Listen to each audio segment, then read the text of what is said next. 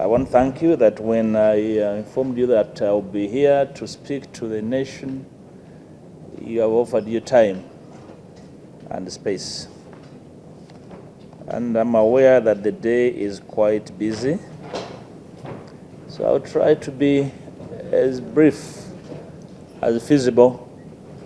After all, I'm here to address a single matter that is awash in the corridors of Parliament and probably other spaces where matters in public space are discussed. So you're very welcome.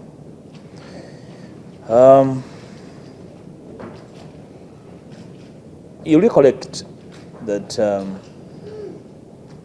in June 2022,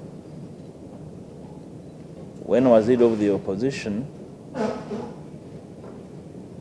I led the opposition political actors, not in Parliament alone, but even outside Parliament, in a 2-day conversation about the possibilities for change, what change heralds and what it takes, and what we needed to do as the opposition to have a chance of causing the desirable change that we thought we are capable of doing.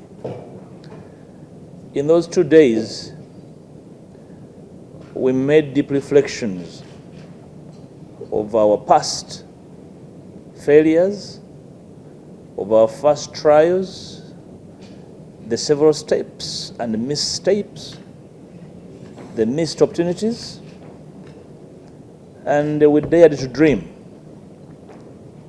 But there was something missing, and we were addressing the elephant in the room: reforms. You recollect that there never was consensus on that day.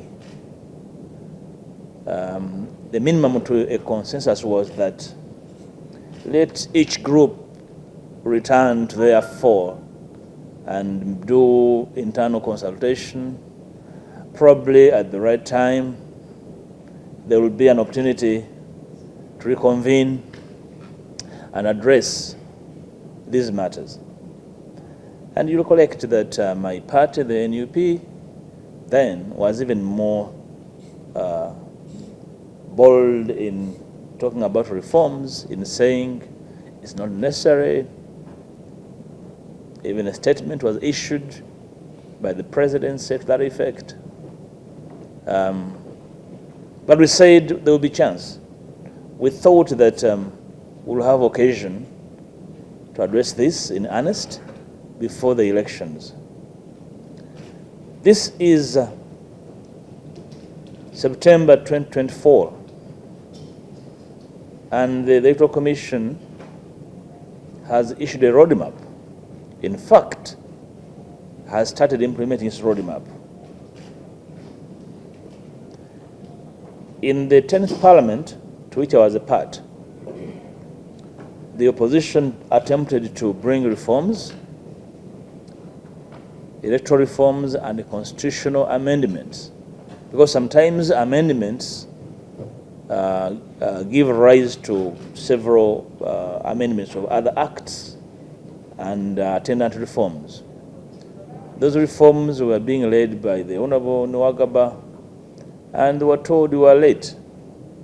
But we were promised instead that within that time, we shall have constituted a review commission. In the same 10th Parliament, you recollect that there was an attempt to present names. In fact, names were forwarded to Parliament. But then it was stopped. The process stopped. So there was no commission. So we never had the Constitutional Review Commission. We've never had reforms. We all recollect the nature of the 2021 elections and how they actually were a major setback in our process of democratizing Uganda and propelling a durable constitutional order in this country. the probability of having won based on the last election is second to none.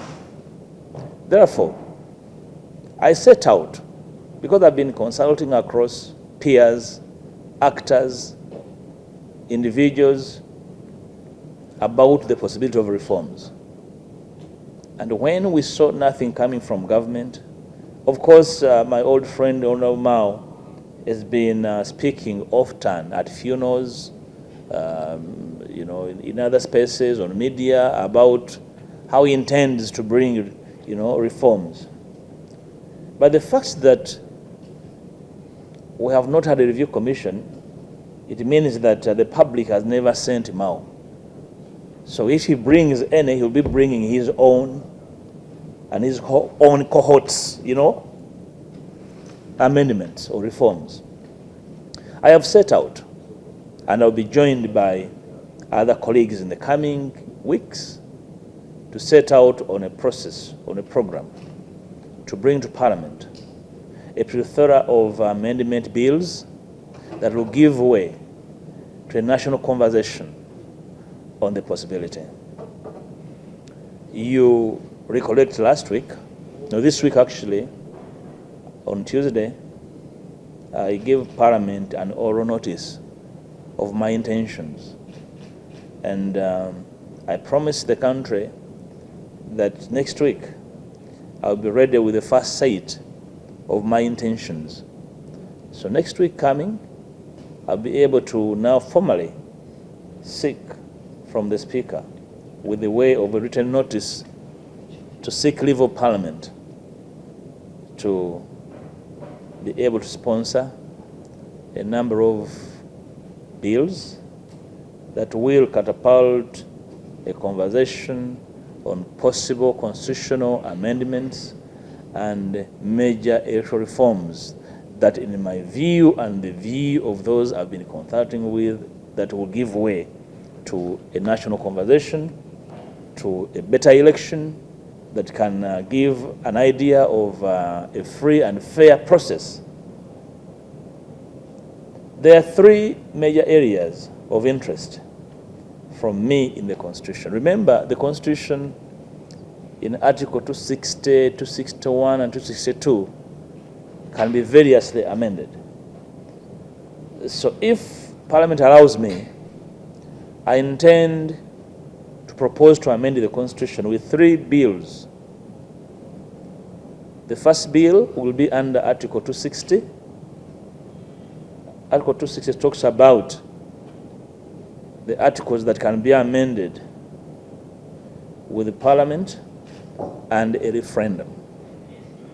The second will be under Article 261, the second bill, those areas that can be amended by Parliament and local governments, district local governments. Then the third bill will be about those areas that can be amended by Parliament alone. My view, which is not a final view, is that if I bring three bills in that structure and form, then we shall be able to take care of the naysayers, those who say we don't have time, because Parliament has time. Local governments have time. If there's no time for a referendum, that there's a question that requires a referendum, then in my proposal, I'll propose that on polling day in 2026, there will be a ballot box for a referendum question, such that we can save time and resources. Then the government that will be formed will implement the results of the referendum. So that's why I'm proposing three bills for amending the Constitution. So when those bills are taken, maybe I could briefly speak about the key areas of amendment. One of the key areas for the Constitution amendment is restoration of term limits. We've spoken about that variously. It's something that I think has bedeviled this nation. Term limits were the minimum consensus of the 1995 Constitution. Remember, the predicate of that Constitution was to give this country a chance for the very first time in our history to change leadership through a free and fair process. because the major failure of the 1967 Constitution was failure to enable the country to transition, to organize free and fair elections, transition from one leader to another. That never happened. So the promise of the 95 Constitution was the possibility of a change through a free and fair election. When that failed, and in 2006, we amended the Constitution and removed term limits, that in effect killed that motivation. It killed the basic structure of that Constitution, and therefore, in my view, as a lawyer and as a politician, from that day we got a new Constitution, which is why it needs a major surgery to restore that promise and give the nation hope that we can actually change leadership. Otherwise, peaceful transfer of power is impossible. And in 2018, again, we tinkered with the Constitution and removed another pillar, which was the age limit. So for me, we need to restore term limits and even entrench them. Not just restore, but entrench them. Because the article that had them was fair weather, Article 105. Now we need to restore them and then even entrench them. The second area I'm looking at in amending the Constitution that will cause amendment to the Presidential Elections Act, the Parliamentary Elections Act, the Electoral Commissions Act, will be in the area. I'm introducing an idea to have a second tier of Parliament, the upper house. And the upper house will be chaired by a deputy president, who in my proposal will be on the ballot with the president. The idea of a president simply appointing a vice president to attend the funerals must stop. We must have a constitutional provision for a deputy president elected on the same day with the president. And I'm proposing the president and the deputy should not come from the same region. We'll chair the upper house, and the upper house, like I'll propose later in detail, will have only 39 members from the original 39 districts before the making of the 95 Constitution. I'll make provision for their purpose and role for the country. Then most importantly, and probably dicey, is reducing the size of Parliament. We're among a Bani forest where it is domiciled. I'm looking at the bigger picture. I'm a Ugandan, desirous of seeing this country transition and move to a better place. The size of Parliament over time has been a major concern for all and sundry, including politicians who care. I am proposing that instead of having county MPs, we shall have a directly elected member of Parliament for each district. Can be a man or a woman, it doesn't matter. So currently you'll have only 146 directly elected members of Parliament. Okay? Then we shall retain the women members of Parliament. So then you'll have 146 plus 146 plus 10 from the cities. But also I'm proposing that the women members of Parliament should be elected by proportional representation. I'm going to put all these ideas in writing and you'll be able to read them and explain to the country. I want us to test the idea of having Parliament in a hybrid manner, whereas the direct seats from the district will be elected by universal adult suffrage, the way we do it now, first past the post. For women MPs, I want us to test proportional representation, where for every party that has gotten a vote and in Parliament, they will have a chance to have a woman MP in Parliament. If you are NUP and you get 50% of the national vote, you should have 50% of the women in Parliament. If you are JEMA and you get 10%, I'm not saying JEMA is worth 10%, don't get me wrong. They should have 10% of women in parliament. That is the idea of national building, that you even introduce through legislation, power sharing in parliament. Because the idea of winner takes all disenfranchises politics, makes it a game of eaters, a game of the powerful, you know. So those proposals and more to take care of the size of parliament. The size will be small, but even more representative of the political views in the country. So that is my proposal on parliament. So for the constitution, there are other ideas I cannot speak about now, they are lengthy, but that's what I will do. There will be amendments. I'm also proposing amendments subsequently, because of the constitutional amendments, to the Presidential Elections Act, to take care of the issues that will arise from amending the Constitution. But maybe, very critical, in the Presidential Elections Act, I want us to amend two critical areas. One, in amending the, remember in 2018, we made an amendment to the Constitution to say that if a candidate is aggrieved after a presidential election, they can go to court. And we enlarge the time available for the candidate to go to court. Okay? Of course, we reduce the appetite of having very little time, and therefore the impossibility of getting to court prepared by enlarging the time available.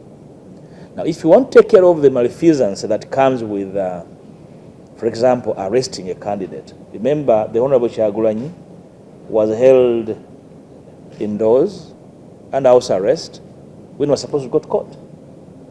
Dr. Besigye in 2016 was held at his residence, was supposed to petition. I want us to amend the Constitution further and the Presidential Elections Act to say that even a registered voter can petition court. Okay? Such that the appetite to arrest or detain would-be complainants reduces. Of course, that will come with other issues. I'm proposing, for example, if you're a voter and you want to petition, you must do a security deposit to court, that you don't simply go to petition to waste court's time. It is done in our civil proceedings. So it will not be a new thing in our jurisprudence. That is for petitions. Then secondly, the declaration of results legislation.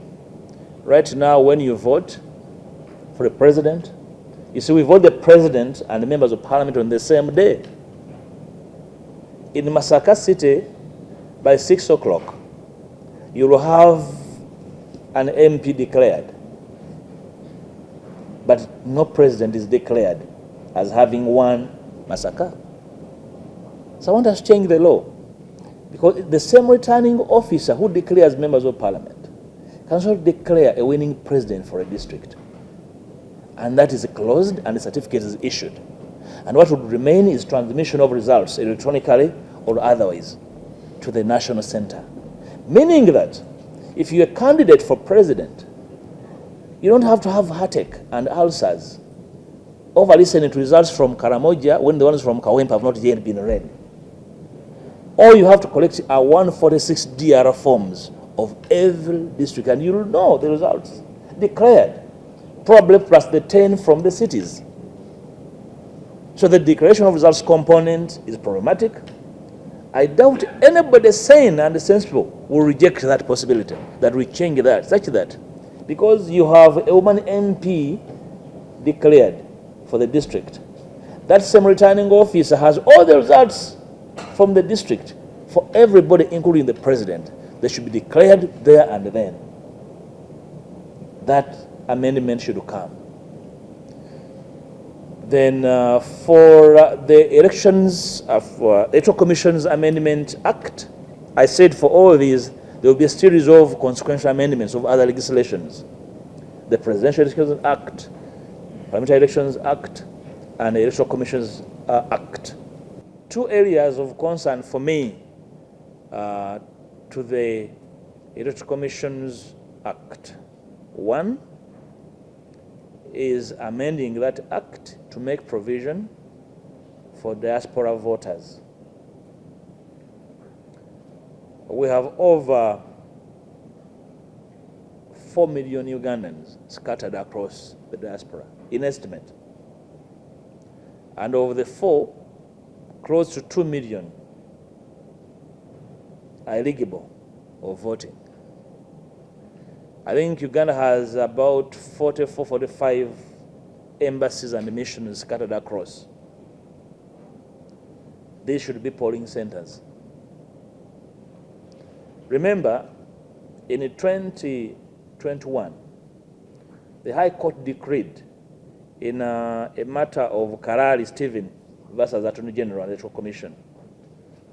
Justice Lydia Mugambe decreed that it was unconstitutional not to make provision for people in the diaspora to vote. She also decreed that it was also unconstitutional not to make provision for prisoners to vote. So I want to propose amendments to the Electoral Commissions Act to make way for the possibility of diaspora people and prisoners to vote.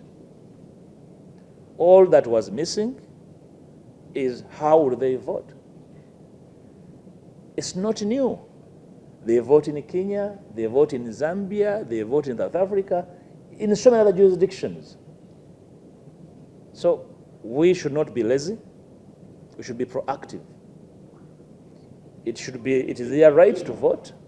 For example, the people in the diaspora contribute more money through remittances to the country than Uganda's biggest export, which is coffee. So how do you disenfranchise a people that actually sustain the economy to that extent? So Parliament should rise to the occasion and proceed to make provision for the voting of diaspora people and prisoners. Yes, when you're in prison, certain rights are curtailed, but civic rights cannot be curtailed. There are those that can be curtailed. I'm aware that actually in some countries, even conjugal rights are made provision for. Let's begin with civic rights. For starters, the right to vote. So these are very key issues to which I want the country to begin a conversation and make a decision. I want to invite you, when I'm ready next week, I'll lay and share with the country these amendment bills. They may not come on the same day because it's rigorous work. It's rigorous work, it's vigorous. And in the event that Mr. Mao and others have their own bills, we shall meet in the Committee of Parliament and see what they have. There's no contradiction. The job of a member of Parliament, the first call for any member of Parliament is to make laws for the good governance of the country. And this is the call I'm here for. And I want to invite colleagues, members of Parliament, to join me in this call. And I hope from both sides of the House, we should be able to hear from each other and speak to each other about these possibilities. I thank you.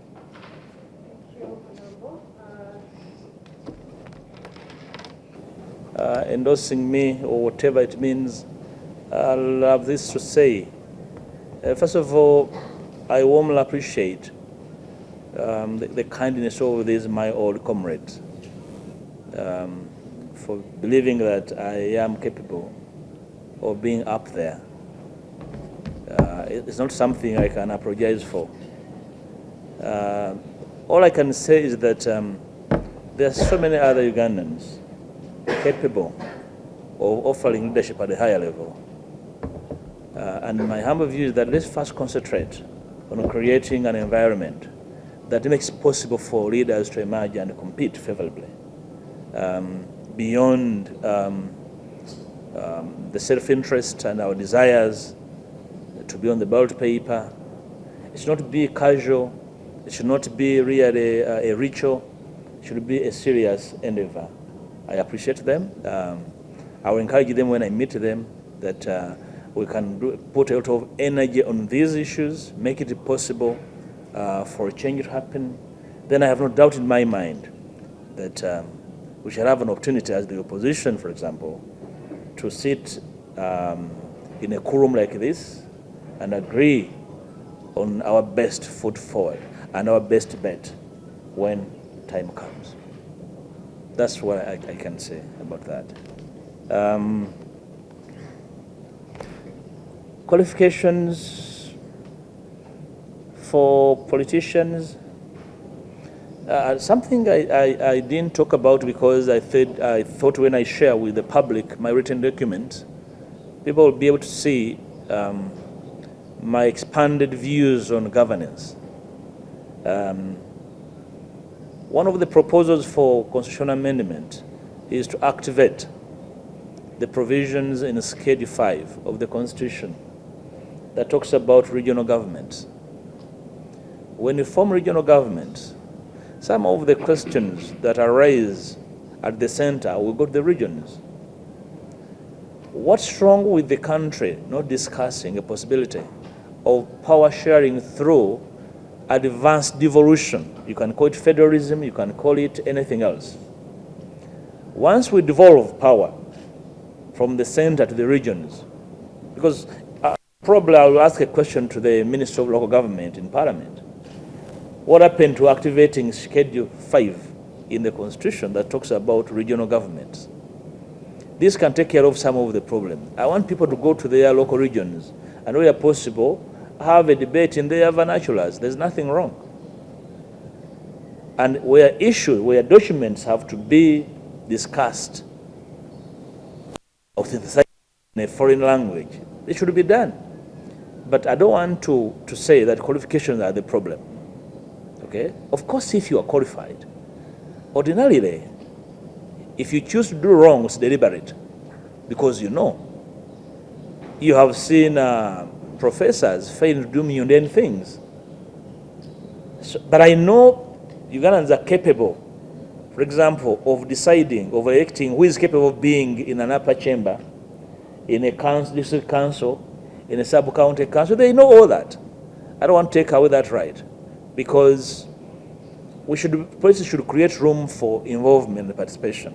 And then if people are sensitized well, if the civic education and civic competence rises, then I have no doubt citizens won't put square pegs in round holes.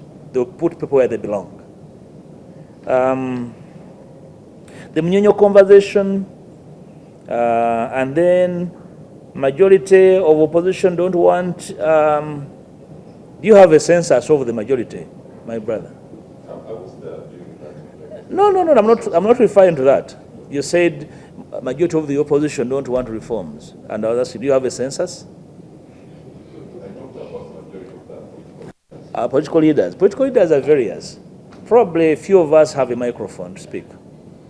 But if you moved out there and spoke to political actors, they're desirous of these reforms. But I'm not blind to the frustration of the political leaders at a higher level.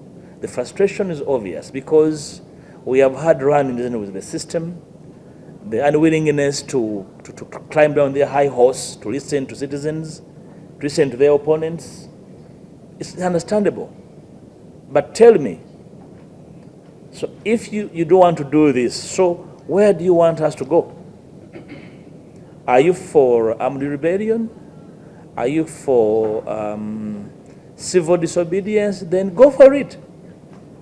The one thing I will not do is simply look on and wait for somebody to come from nowhere and do what I don't know. In my space, I'm only doing what I know. And it's my job to speak convincingly, to speak to the other party, to see a bigger call for national building. I can't run scared that they won't listen. So why am I in Parliament? If I'm convinced they cannot listen, so why am I here then? I should stay away. It's my daily duty to speak to people who don't want to listen to me, to compel them to listen to me by raising the bar of the issues, vacate the mundane issues, and then speak to the issues that can sustain our young democracy and give a possibility of a durable constitutional order. It's my job. Whether we believe they won't listen, probably. Because this conversation is not a conversation of politicians alone, and that's the danger. These issues are not issues of politicians alone. Civil society, cultural institutions, religious institutions, even witch doctors must participate in this conversation. This is the conversation of citizens for better governance. It's not a preserve of politicians. Politicians have a duty to lead. They have an obligation to be honest about possibilities. I'm only doing what I believe is feasible. Let the conversation ensue. Let's begin it. If somebody has a higher and better way and a shortcut, I'll join them. Then I think I was elaborate. Probably didn't follow me well. The reference to the upper house is akin to a senate. And the 146 times 2 is the ordinary parliament where I belong now. Okay? That will be the lower house. And if you have 146 from the districts, and then the 146 women, plus 10 or thereabout from the cities, that's almost, you get the 550 something we are, you'll make a saving over 200 MPs. In my proposal, I'm even offering a proposal on compensating those that will lose their seats or constituencies. I have a detailed proposal on how those that will surrender their constituencies will be compensated to leave and give way for the country to progress. It is a cost, but a cost, a one-off, and then we shall progress with a leaner and feasible parliament. In fact, in the Constitution, in the proposal in the Constitutional Amendment, I want the numbers to be entrenched in the Constitution. To say we shall have a lower house of 300 members of parliament, sealed. The danger is, every time you create a district, you end parliament. Parliament should never be allowed to enlarge itself at will. There must be a limit, and that limit should be in the Constitution. With a seal, the numbers must be there. Right now, we don't have numbers. Look, if you go to the Kenyan Constitution, the Tanzanian Constitution, the numbers are right there. They say we shall have a house over these numbers. In Uganda, Parliament is about to become the biggest national rally. But between me and you guys are in the gallery, in the media gallery. I don't want to speak about colleagues, but how many register on the Hansard? So we can have a limit enshrined in the Constitution. That's my humble view, Vincent. And it is going to be a huge saving to this country if we do that. In the future, if the country's fortunes change economically, then a fresh conversation can ensue on how to enlarge representation. After all, modern constitutional governance evolves. With the changes in the fortunes of the country, we can have a fresher conversation as to the possibilities. You also talked about the runners-up. Yes, I'm making concrete on what should be the fate of the runners-up. The runners-up in the presidential election should lead the opposition in parliament. It's a no-brainer, That will really help a great deal in dealing with a lot of tensions that arise from among the parties, but also to allow this leader to come and implement the views in his or her manifesto in parliament and have them across. It's probably a better idea, because that mandate should have a platform. That mandate from the people should have a platform where it should be appreciated. Ordinary leaders, lack of ideas, the Kenyan model, blah, blah, blah. We're talking about constitutions, not individuals. A constitution is like a shoe. If it doesn't fit you, don't remove the sole. If it doesn't fit you, don't remove the laces. Okay? Once we have a document written, you subscribe, you commit. There's no shortcut. The individuals will always arise with different approaches. But all we need is something durable and dependable to say, You have a deputy president, you cannot fire him or her at will, you know, because there is, she or he was on a ballot with you, and therefore you must see, politicians must learn to compromise with each other to work, because you are not working for yourself but for the country. That's the whole idea. But also, in the proposals, I'll have a prime minister who is an actual leader of government business. I'm using the word actual, with purpose. If you're the prime minister and you come to parliament and you're able to commit because you're the leader of government business. I'm even proposing that the prime minister should face a no confidence vote in the House if he fails to execute their mandate, though it is done in modern democracies. Problem with many political actors, they don't want to think. They want to do basic things. We need to delve into some thinking of what we can do to change the fortunes of our politics and our country.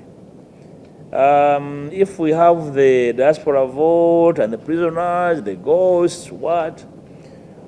All these are meant to kill some ghosts.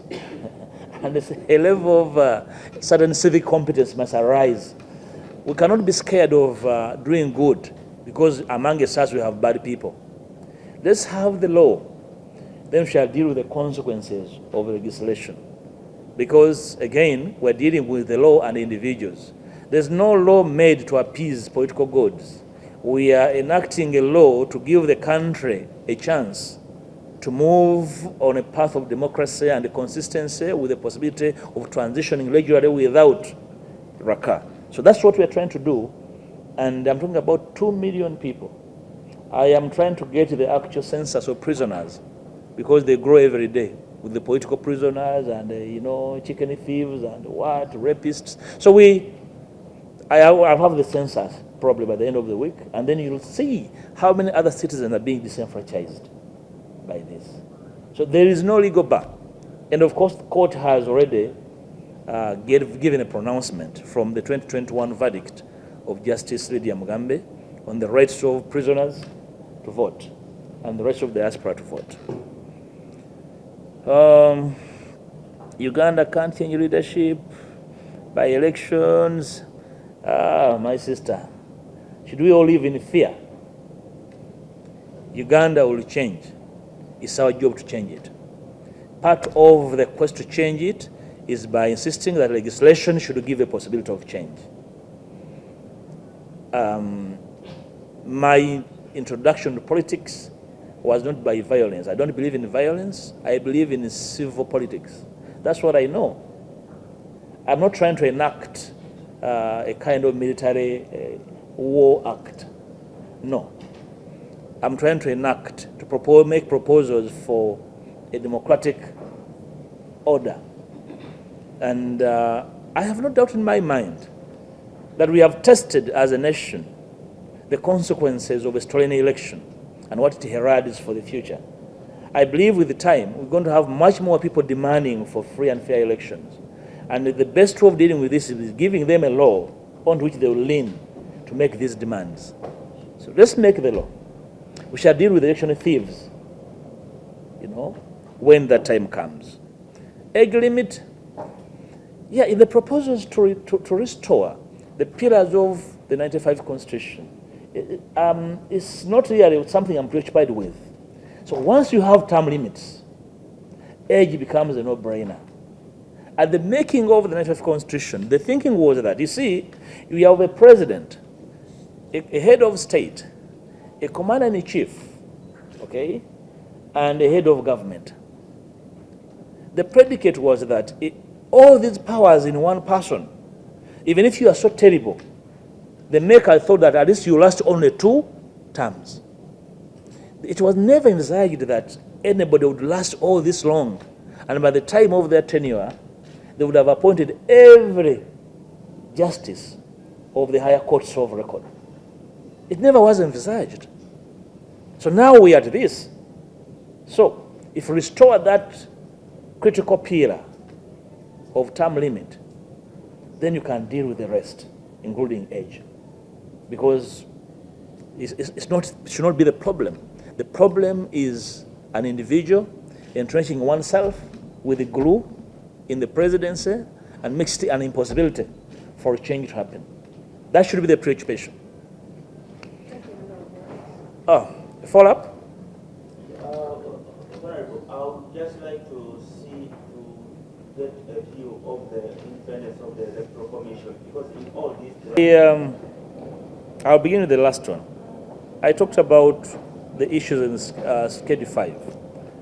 That's essentially the whole idea of power sharing, devolution, federalism, call it what.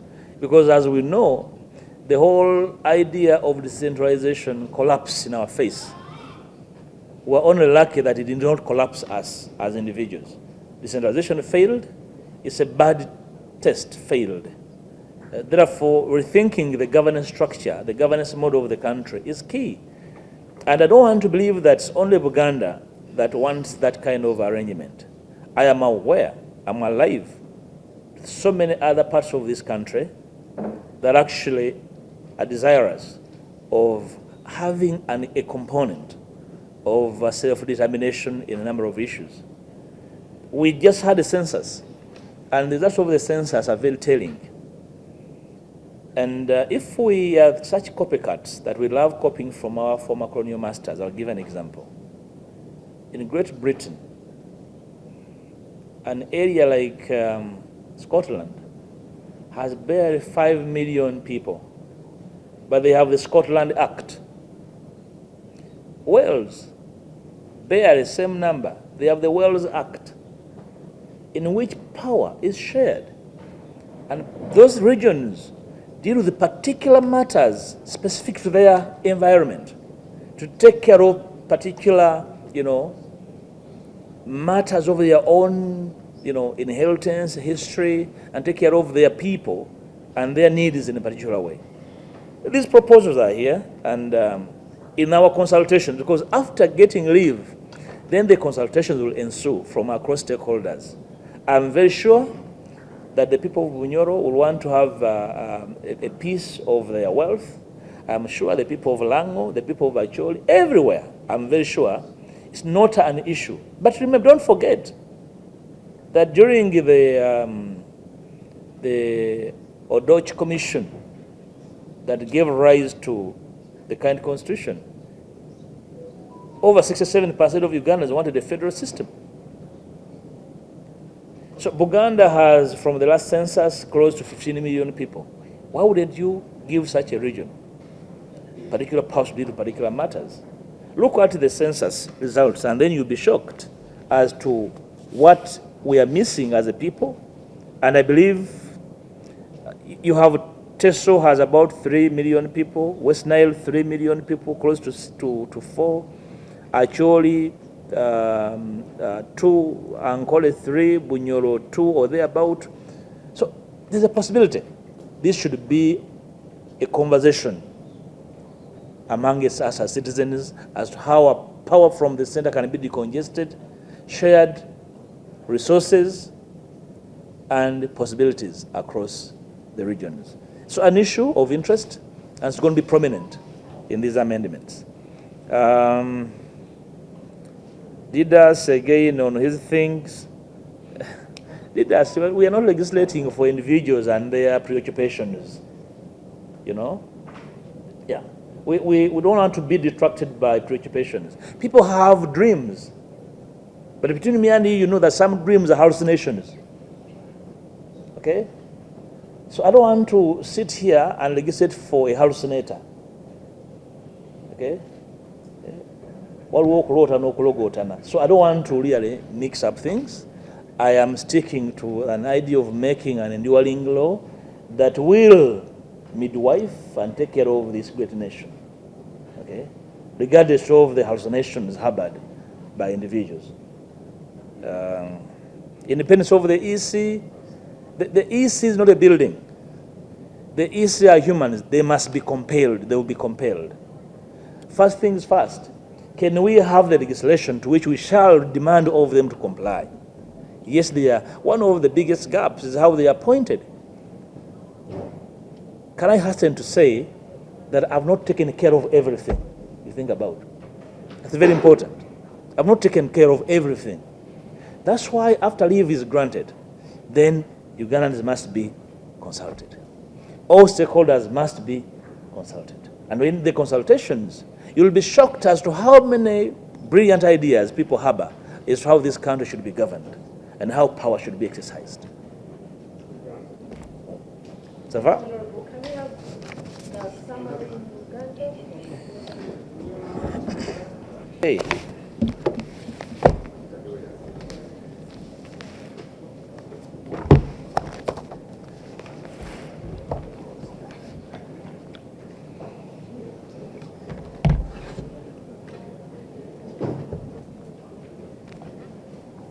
Are we? Okay.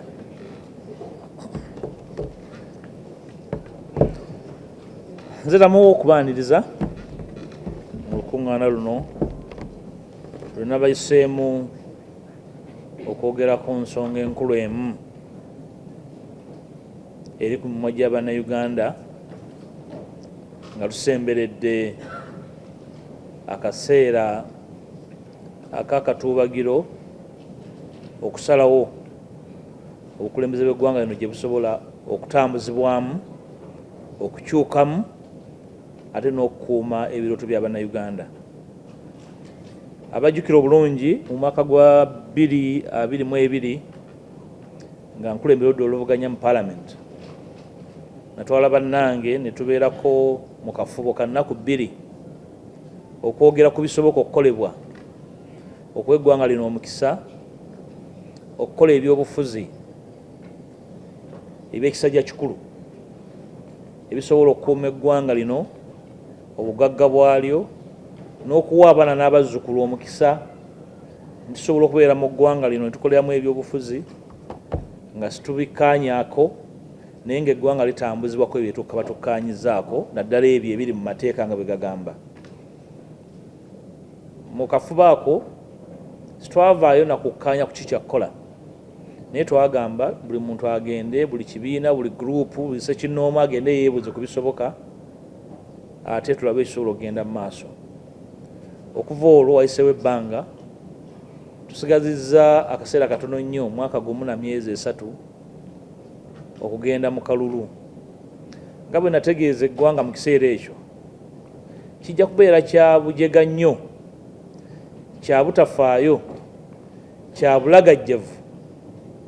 Ffe abaagala enkyukakyuka okuteekako amataayi n'amakooti n'emajetisi ne tugamba tugenze mu kalulu nga tutaddeewo mbeera yonna wawaawo bikyuka mu mateeka agafuga okulonda, mu nkozesa y'obukulembeze ne gye buteekebwawo, ate n'abo abalina obuvunaanyizibwa, ate n'ekisinga obukulu okulinnyisa obuyinza bw'Abannayuganda mu kusalawo obukulembeze.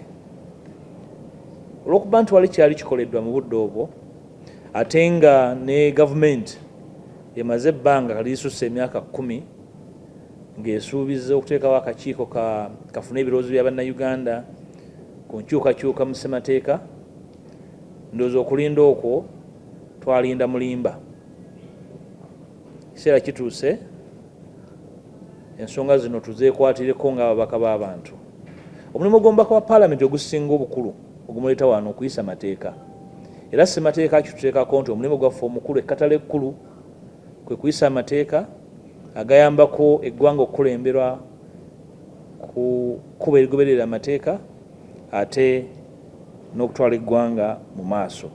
N'olwekyo nze ne bannanga abalala bajja okuneegattako mu biseera ebijja, tulina ebirowoozo bye twagala bibeere ku mwanjo, bikubaganyizibweko Bannayuganda ku nsonga enkulu ze tulowooza nti ziziŋŋamizza ebyobufuzi, ziziŋŋamizza enkulaakulana y'eggwanga, era litufudde basibe ba byabufuzi na bannabyabufuzi. Ensonga ezo ezimu zigenda kubeeramu okukola enkyukakyuka namutaayika mu ssemateeka, okubaako ebijjululwa, okubaako n'ebipya ebireetebwa. Ensonga ze tutagenda okuteeka ku mmeeza nga bwe mwawulira ku Lwokubiri nga ntegeeza Paalamenti nti nze sabbiiti ejjanja kuba ndi mwetegefu nga bampadde olukusa era ngenda kukola enteekateeka nsobole okujja mu parliament nsabe parliament olukusa nsobole okuleeta amateeka ago. Parliament bw'eneeba empadde olukusa ate tujja kujja eri gye muli bannayuganda twongere okubeebuuzaako n'okuwa ebiteeso bino omuzinzi ogumala bisobole okuba nga bisobola okuyamba ebyobufuzi byaffe n'okukulaakulana kw'eggwanga. Mu bufunze waliwo ebigenda okukyuka mu ssemateeka mwe muli okuzzaawo ebisanja ku ebisanja bya president ebyagibwawo mu mwaka gwa 2006 mu nnongosezi zaakolebwa, mwe muli okukendeeza obugazi bwa parliament nga bwe nambise. Twagala palamenti ebirimu ababaka nga buli disitulikiti ekiikirirwa omubaka omu ate era nga wavaayo n'omukyalo omu, naye nga tuteesa nti ababaka abakyala abazi disitulikiti balondebwe mu ngeri ya kugabana okusinziira ekibiina obululu bwe kifunye mu ggwanga lyonna kyetwayise proportional representation. Ekyo twandyagadde n'ababaka abalala bonna balondebwe bwe batyo, naye kasooke na kino tubeere ne gye bayita hybrid system nti waliwo abalondebwa mu nkola gye bayita first past the post ate n'abalondebwa by proportional representation. Tulowooza nti ebyo bwe tubigezesa bijja kuyamba demokulasiya waffe okwongera okunywera n'okukendeeza akatuubagiro k'ebyobufuzi mu bibiina ate ne mu ggwanga lyonna okutwaliza wamu. Ensonga endala enkulu ensonga y'okugabana obuyinza, ensonga ya federal giyite devolution. Mu kiseera kino obuyinza bwetuumye waggulu ate tebukozesebwa. Tebukozesebwa, bukozesebwa bubi, tebukozesebwa kuyamba ggwanga n'abantu ba Uganda n'ebirooto bye balina eri eggwanga lino. N'olwekyo tulina ebirowoozo bye twagala okuleeta biwulirizibwe, bikubaganyizibweko mu ngeri gye tusobola okutaggulula obuyinza waggulu buddeeyo abantu gye bali babukozese okutuukiriza ebirooto by'eggwanga lino n'ebirooto byabwe. Ensonga endala enkulu y'ensonga y'abannayuganda ebbanga lino lyonna abadde batakkirizibwa kulonda, abatateekebwangawo omukisa kulonda. Twagala okubeerawo enkyukakyuka mu tteeka erifuga akakyuka ebyokulonda, tubeere nga tusobola okubeera ne bannayuganda abali ebweru wa Uganda nga basobola okulonda, ate n'abasibe nga basobola okulonda. Waliwo munnayuganda omu gwe bayita Kalali Stephen mu mwaka gwa 2018 yatwala gavumenti mu kkooti n'akakyuka ebyokulonda n'agiwaabira nga yeemulugunya ku basibe ate nga yeemulugunya ne ku bannayuganda bali ebweru. Kkooti n'esalawo eggweye ku nsonga eyo n'egamba kimenya amateeka okubanga abantu abo tebabwe bamukisa kulonda. N'olwekyo tugenda kuleeta ekiteeso ekikola ennongoosa mu tteeka ly'akakyuka ebyokulonda babe nga basobola okulonda.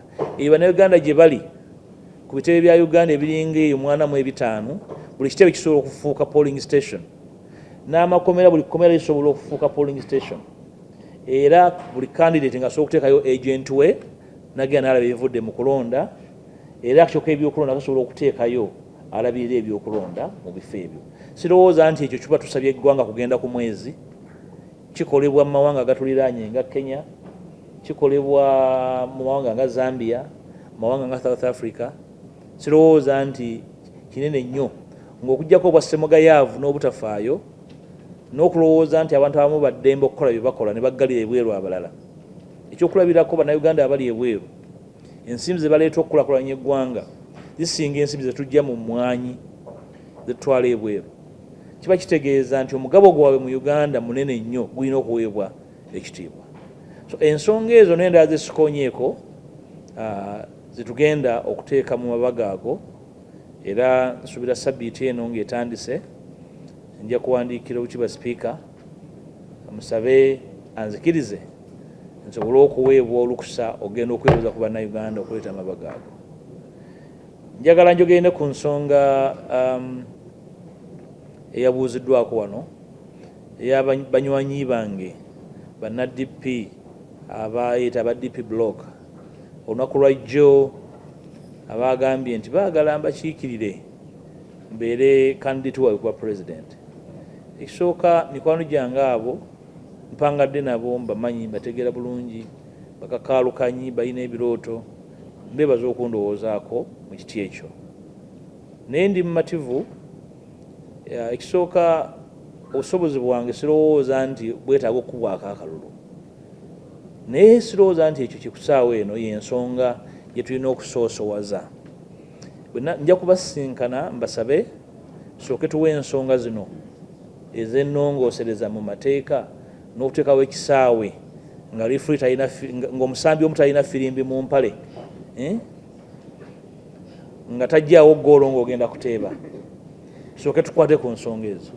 Bwe tunaazikolako nkakasa bulungi nti waliwo bannayuganda abalala abalina ebirooto bwe bityo ate ffe abavuganya tujja kufuna n'omukisa okweggalira ewantu tuteese ku nsonga eno enkulu bw'etyo, si mu ngeri ya bwannakigwanyize nakweyagaliza naye mu ngeri y'okukola ekyo ekireeta ddala enkyukakyuka ez'omuggundu n'okuba bannayuganda obukulembeze obw'omuzinzi so si obukulembeze obwaganaaga. Mwebalinya. Thank you.